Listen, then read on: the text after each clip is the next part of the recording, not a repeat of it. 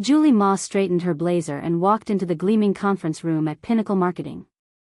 Her manager, Mr. Thompson, was already seated with 3 important clients from Skyline Corporation.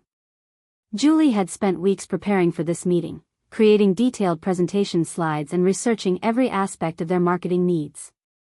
"Everyone, I'd like you to meet our team," Mr. Thompson announced with a fake smile. "This is Julie, the intern." Julie felt her cheeks burn red. She wasn't an intern, she was a junior marketing analyst with 2 years of experience and an MBA. The clients barely glanced at her before turning back to Mr. Thompson. One client, Ms. Patterson, looked confused but said nothing. Julie sat quietly in the corner, watching her manager present her ideas as his own. Her hands clenched into fists under the table. This humiliation would not stand. If you like our revenge stories, please subscribe for more. We drop powerful news stories every week, filled with truth, emotion, and justice. Don't miss the next one. And remember, some stories hurt, but they heal too. Subscribe now, and join the journey. After the meeting ended, Julie sat alone in the empty conference room, staring at her laptop screen. Her presentation slides were still open, the same ones Mr. Thompson had just claimed credit for. She felt angry tears threatening to spill, but she blinked them back. Crying wouldn't solve anything. Julie had worked at 3 different companies before Pinnacle Marketing. She'd never experienced such blatant disrespect. Her previous managers had valued her input and treated her as an equal team member. Here, Mr. Thompson seemed determined to keep her invisible. She pulled out her phone and scrolled through her contacts, stopping at her mentor's number. Professor Williams from business school had always told her students to stand up for themselves professionally. Julie needed a plan, and she needed it fast. Tomorrow, she would start fighting back smart. This was war. Julie arrived early the next morning and headed straight to the employee database. As a marketing analyst, she had access to project files and client information. She needed to understand exactly what Mr. Thompson was doing wrong. She discovered that 3 major clients had complained about delayed projects in the past 6 months. Mr. Thompson had blamed intern mistakes in his reports to upper management. Julie found the original complaint emails. None mentioned intern problems. The clients were actually frustrated with Mr. Thompson's poor communication and missed deadlines. Julie printed copies of everything and stored them in a locked drawer. She also noticed that Ms. Patterson from Skyline Corporation had requested a follow-up meeting specifically about strategic marketing approaches. This was Julie's specialty. She smiled for the first time in days. Mr. Thompson had no idea what strategic marketing actually meant. This was her chance to show her real value to someone who mattered. If you like our revenge stories, please subscribe for more. We drop powerful news stories every week, filled with truth, emotion, and justice. Don't miss the next one. And remember, some stories hurt, but they heal too. Subscribe now, and join the journey. The next week, Julie volunteered to deliver client reports while Mr. Thompson was in another meeting. She knocked on Ms. Patterson's office door at Skyline Corporation, carrying a detailed analysis she'd prepared overnight. "I'm Julie from Pinnacle Marketing," she said confidently. "I wanted to personally deliver your market research report." Ms. Patterson looked surprised. "Oh, you're the intern from last week's meeting, right?" "Actually, I'm a marketing analyst with an MBA," Julie replied politely. "I specialize in strategic market positioning." Ms. Patterson's eyebrows raised with interest. "Really? Could you explain this section about consumer behavior trends?" For the next 20 minutes, Julie discussed advanced marketing concepts that she knew Mr. Thompson couldn't understand. Ms. Patterson took notes and asked thoughtful questions. When Julie left, Ms. Patterson was smiling and had requested her direct email address for future questions. Julie's confidence soared as she walked back to the office. Back at Pinnacle Marketing, Julie found an unexpected ally in the break room. Nancy from Human Resources was making coffee and looked frustrated.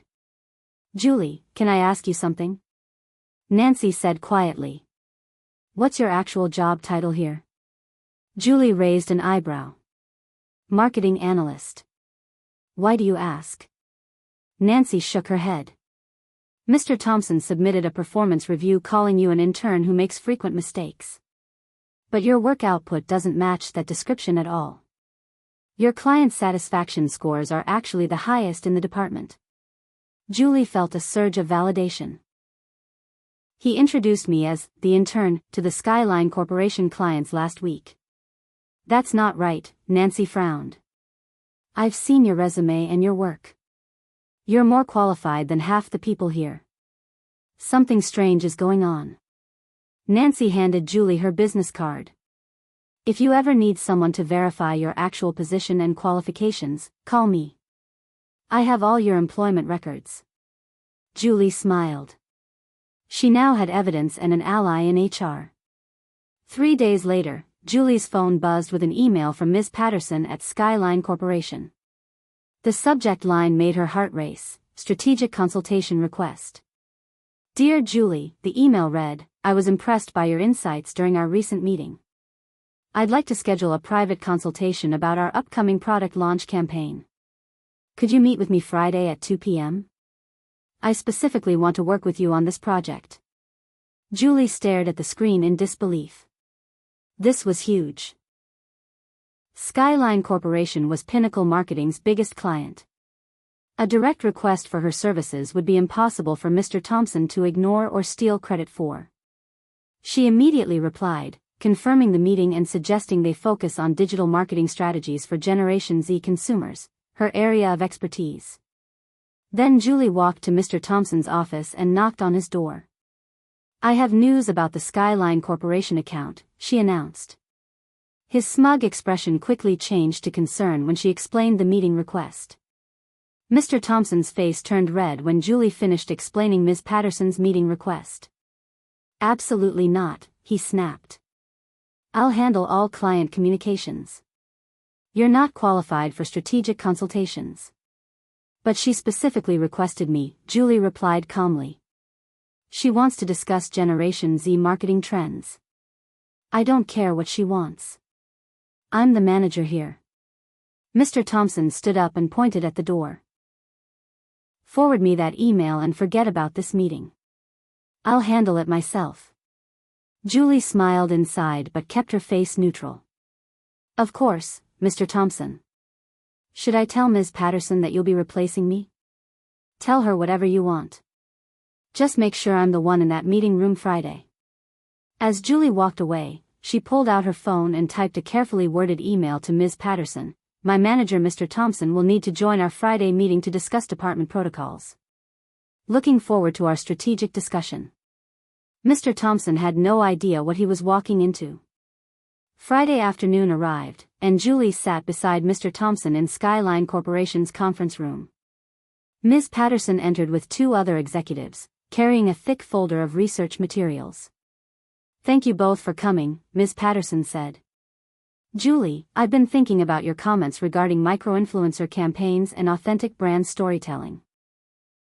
Could you elaborate on how that applies to our teenage target market? Mr. Thompson cleared his throat loudly. Actually, I'll be handling all strategic discussions today. Ms. Patterson looked confused. But Julie is your Generation Z specialist, correct? I specifically requested her expertise on teen consumer behavior. Well, yes, but as the manager, I oversee all strategic decisions, Mr. Thompson fumbled. Ms. Patterson turned to Julie. What's your opinion on TikTok marketing versus Instagram for reaching 15-year-old consumers? Julie watched Mr. Thompson's face go pale. He had no idea how to answer that question. This was going to be interesting. TikTok definitely has higher engagement rates for authentic content, Julie began, pulling out her research folder. Teenagers can spot fake advertising immediately, so micro-influencers with genuine product experiences convert much better than celebrity endorsements. Ms. Patterson nodded enthusiastically while Mr. Thompson sat silently, clearly lost. Julie continued explaining complex digital marketing strategies for 20 minutes while Mr. Thompson contributed nothing. This is exactly what we need, Ms. Patterson said finally. Julie, your insights are brilliant. Just then, the conference room door opened. A tall woman in an expensive suit walked in. Julie recognized her from the company website. It was Rebecca Sterling, CEO of Pinnacle Marketing. "Ms. Patterson, I apologize for interrupting," Rebecca said. "I was meeting with your CEO downstairs and heard you were discussing our youth marketing strategies." Ms. Patterson smiled broadly. "Perfect timing. Julie here has been explaining revolutionary approaches to teenage consumer engagement. Her expertise is impressive." Rebecca looked directly at Julie with obvious interest. "Really? And you are?" Before Julie could answer, Mr. Thompson jumped up from his chair. "This is Julie, one of our junior staff members. She's been helping with some basic research under my supervision." Rebecca's eyebrows raised slightly. "I see. And the strategic recommendations Ms. Patterson mentioned? Those came from my department's comprehensive analysis," Mr. Thompson said quickly. "Julie just presented some of the preliminary findings." Julie felt her anger rising, but she kept her expression calm. Ms. Patterson looked uncomfortable with Mr. Thompson's claims. "Actually," Ms. Patterson interjected, "Julie's insights went far beyond preliminary research. She demonstrated sophisticated understanding of consumer psychology and digital platform algorithms." Rebecca studied Julie carefully. "Interesting. What's your background in youth marketing?" Just as Julie opened her mouth to respond, another voice cut through the room. "I think there's been some confusion here." Everyone turned toward the doorway where a man in a perfectly tailored suit stood smiling. Julie's heart sank. It was Kevin Walsh, Mr. Thompson's ambitious assistant who always tried to steal credit from other team members. Kevin Walsh stepped into the room with his usual confident smirk. "Rebecca, I've been coordinating the Skyline Corporation research project. Perhaps I should clarify our department's methodology." Julie watched Kevin attempt to take over the conversation, but something unexpected happened. Ms. Patterson held up her hand to stop him. "Excuse me," Ms. Patterson said firmly, "but I specifically requested to work with Julie. She's the one who provided detailed insights about Generation Z consumer behavior during our previous meeting." Kevin looked confused. "Previous meeting?" "Yes," Ms. Patterson continued, looking directly at Julie. "She visited our office last week and demonstrated exceptional knowledge about micro-influencer marketing and authentic brand positioning. That's why I requested this strategic consultation." Rebecca Sterling's expression shifted with obvious interest. "Julie visited your office independently?" Julie felt her confidence returning. "Yes, I delivered the market research report and Ms. Patterson had questions about consumer behavior trends." "And you were able to answer those questions thoroughly?" Rebecca asked. "She was brilliant," Ms. Patterson confirmed. "Most insightful discussion I've had about teenage marketing in years." Rebecca Sterling leaned forward with obvious interest. "Julie, I'd like to hear your thoughts on the generational marketing challenges facing our industry." Julie took a deep breath and began explaining her comprehensive research on social media authenticity, brand transparency, and the psychology of teenage consumers. She discussed specific case studies, conversion rate statistics, and emerging platform trends. Mr. Thompson and Kevin sat in stunned silence as Julie spoke confidently for 15 minutes. Ms. Patterson took detailed notes and asked follow-up questions that demonstrated Julie's deep expertise. "The key," Julie concluded, "is understanding that Generation Z values genuine connection over polished advertising. They want brands that align with their social values and communicate honestly." Rebecca nodded approvingly. "That analysis aligns with our latest industry research." "Where did you develop this expertise?" "My MBA thesis focused on social media psychology and authentic marketing approaches," Julie replied. "I've also consulted for 2 startups targeting teenage consumers." Mr. Thompson's face had gone completely white. Kevin was staring at Julie like he'd never seen her before. "MBA thesis?" Rebecca Sterling repeated with raised eyebrows. "Mr. Thompson, I was under the impression that Julie was an intern in your department." The room fell silent. Mr. Thompson's mouth opened and closed like a fish, but no words came out. Kevin suddenly became very interested in his phone screen. Ms. Patterson looked shocked. An intern? But Julie demonstrated advanced strategic thinking and graduate-level knowledge. She clearly has extensive professional experience. Julie remained calm and professional. I'm actually a marketing analyst with 2 years of industry experience. I have an MBA in consumer psychology from State University. Rebecca's expression grew stern as she looked at Mr. Thompson. Is there some confusion about Ms. Moss's position in your department? Well, you see, Mr. Thompson stammered, she's relatively new to our team, so I sometimes refer to newer employees as interns? Rebecca interrupted. Even when they hold analyst positions and have advanced degrees? Ms. Patterson crossed her arms. Mr. Thompson, you specifically introduced Julie as the intern during our initial meeting. That seems rather misleading. Julie watched Mr. Thompson squirm uncomfortably. Rebecca Sterling's voice became noticeably cooler as she addressed Mr. Thompson. I think we need to have a separate discussion about departmental communication protocols.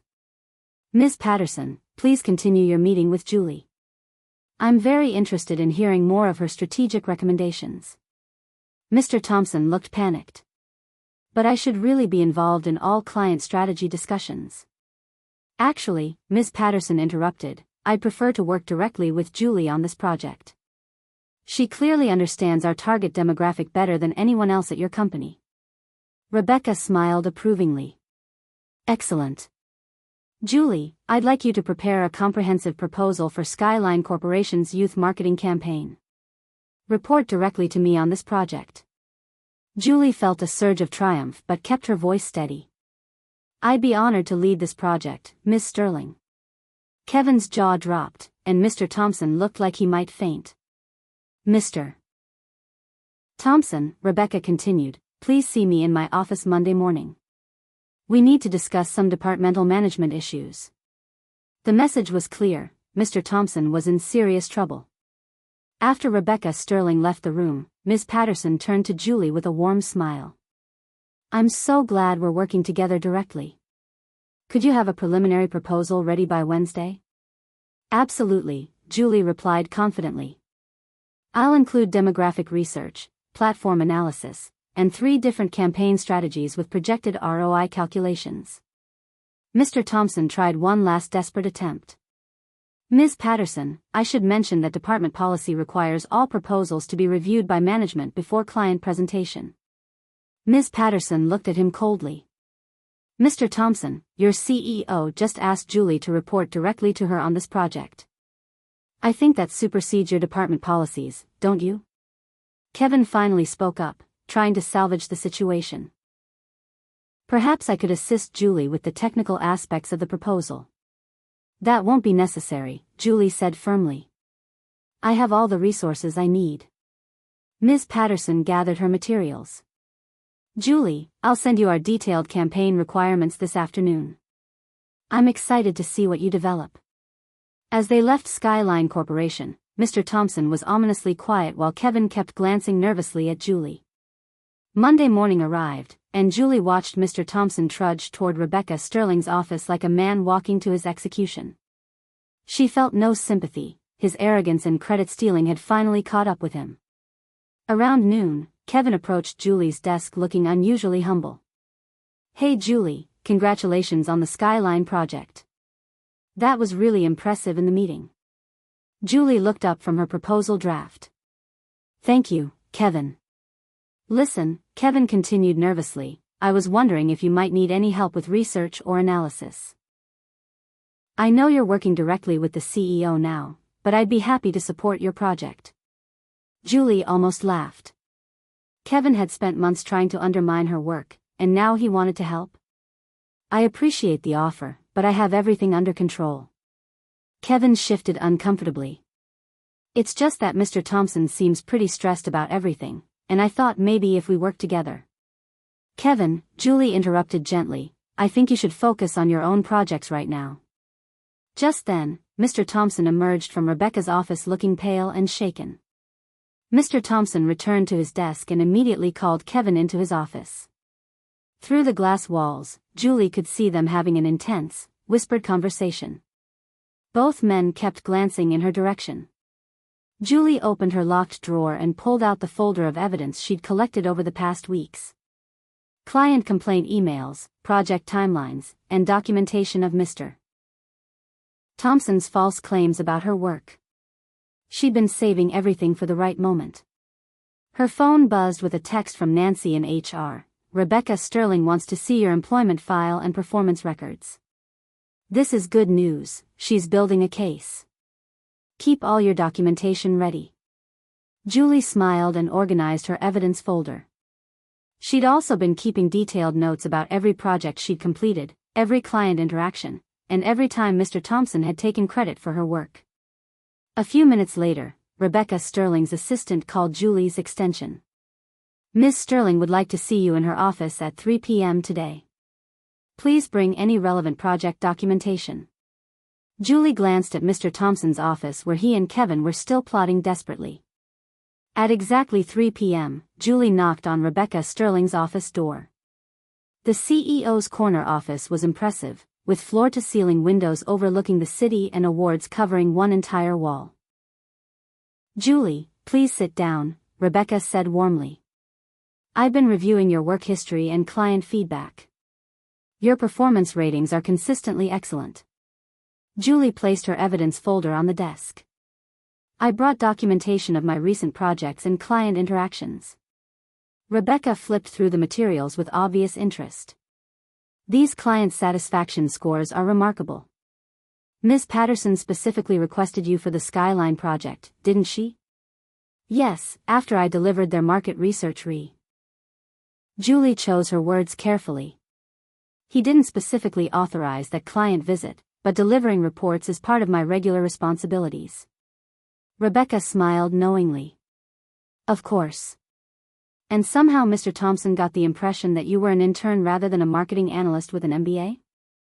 I'm not sure how that confusion arose, Julie replied diplomatically.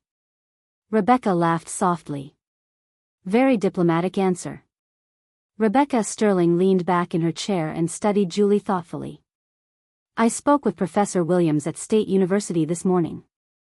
She remembers you very well, said you were one of her most promising MBA students. Julie felt surprised and touched. Professor Williams recommended me? Actually, I called her after reviewing your academic credentials. She had nothing but praise for your research abilities and strategic thinking. She also mentioned that you've always been excellent at handling difficult workplace situations with professionalism. Julie wondered if Professor Williams had somehow sensed that she needed support right now. Professor Williams suggested that you might be ready for more advanced responsibilities, Rebecca continued. She thinks you have senior analyst potential, possibly even management track. Julie's heart raced. I would welcome additional challenges and responsibilities. Rebecca opened a file folder on her desk. The Skyline Corporation project could be an excellent opportunity to demonstrate your leadership abilities. They're considering expanding their account with us, potentially doubling their marketing budget. That would be a significant opportunity, Julie agreed. Yes, and it would require someone with advanced strategic thinking and strong client relationship skills. Wednesday morning, Julie arrived at Skyline Corporation carrying her comprehensive proposal and feeling more confident than she had in months. Ms. Patterson had invited 2 additional executives to review Julie's campaign strategies. Julie's presentation was flawless. She prepared detailed demographic analysis, platform-specific content strategies, and ROI projections for 3 different campaign approaches. The executives asked thoughtful questions and took extensive notes. This is exactly what we need, Ms. Patterson announced after Julie finished. Your understanding of Generation Z psychology is remarkable, and these campaign concepts are innovative without being risky. One executive asked, how confident are you about these engagement rate projections? Very confident, Julie replied. I've based these calculations on similar campaigns I've researched, adjusted for Skyline-specific brand positioning and target demographics. Another executive nodded approvingly. We've been struggling to connect with teenage consumers authentically. Your micro-influencer strategy addresses that challenge perfectly. MS. Patterson smiled broadly. Julie, we'd like to move forward with your comprehensive campaign proposal. Can Pinnacle Marketing handle a project of this scope? Julie's heart soared. Absolutely. I can have implementation timelines ready by Friday. Thursday afternoon, Julie was putting finishing touches on the Skyline implementation timeline when Rebecca Sterling appeared at her desk with a broad smile. Congratulations, Rebecca said. Ms. Patterson called this morning to confirm that Skyline Corporation wants to expand their account and work exclusively with you on their youth marketing campaigns. Julie felt a rush of triumph.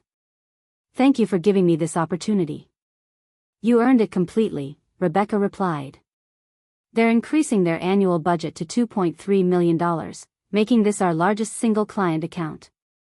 Just then, Mr. Thompson approached looking nervous and defeated. Rebecca, I heard about the Skyline expansion. That's wonderful news for the department. Rebecca's expression became stern. Actually, Mr. Thompson, we need to discuss some departmental restructuring. My office, please. As Mr. Thompson walked away, Rebecca turned back to Julie. I'm promoting you to Senior Marketing Analyst, effective immediately. You'll be reporting directly to me and leading our youth marketing division. Kevin appeared at his desk just in time to overhear the promotion announcement. His face went completely pale. Julie smiled professionally, but inside she was celebrating. Friday morning, Julie arrived to find a new nameplate on her desk, Julie Moss, Senior Marketing Analyst. She also had a corner office with windows, a significant upgrade from her previous cubicle. Nancy from HR stopped by with official promotion paperwork. Congratulations. Your salary increase is substantial, and you now have access to the executive benefits package. Julie signed the documents with satisfaction. Thank you for all your support, Nancy. You deserve this promotion completely. Your work speaks for itself. Around noon, Rebecca Sterling called Julie into her office. I have some additional news. 3 other clients have specifically requested to work with you after hearing about the Skyline success. Julie's eyes widened. Really? Morrison Industries wants you to develop their college student marketing strategy. Phoenix Electronics needs help reaching teenage consumers. And Westfield Corporation is launching a new social media platform specifically for Generation Z.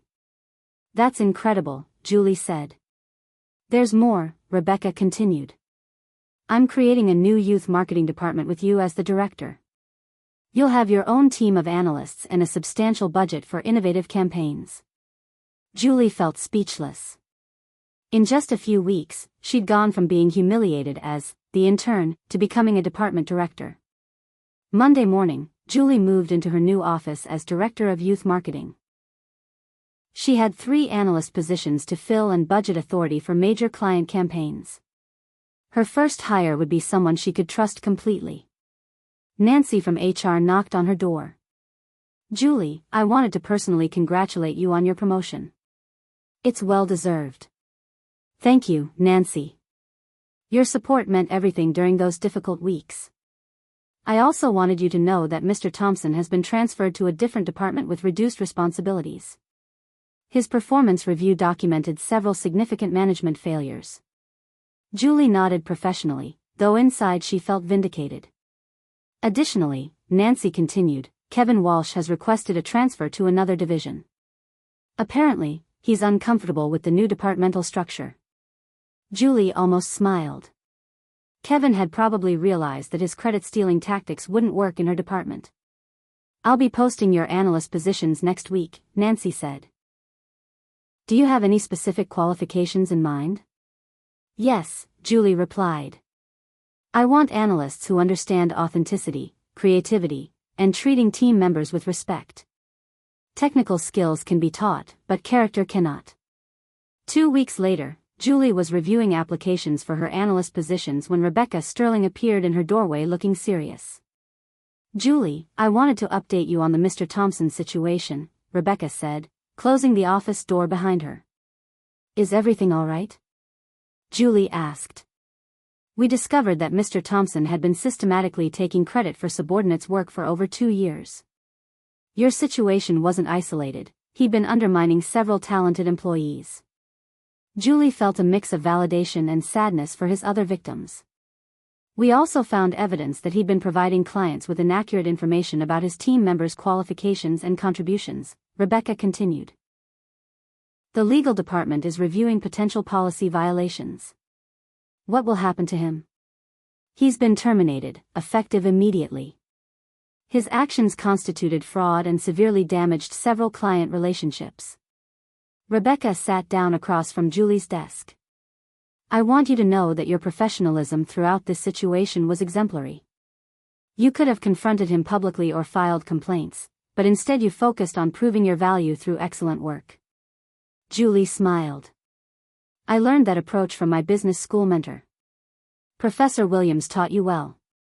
6 months later, Julie stood in the same conference room where Mr. Thompson had humiliated her by calling her the intern. Today, she was presenting the quarterly results for her youth marketing department to Pinnacle Marketing's board of directors. Our youth marketing campaigns generated $8.7 million in new revenue this quarter, Julie announced confidently. Client satisfaction ratings are at 98%, and we've won 3 industry awards for innovative authentic marketing approaches. The board members nodded approvingly.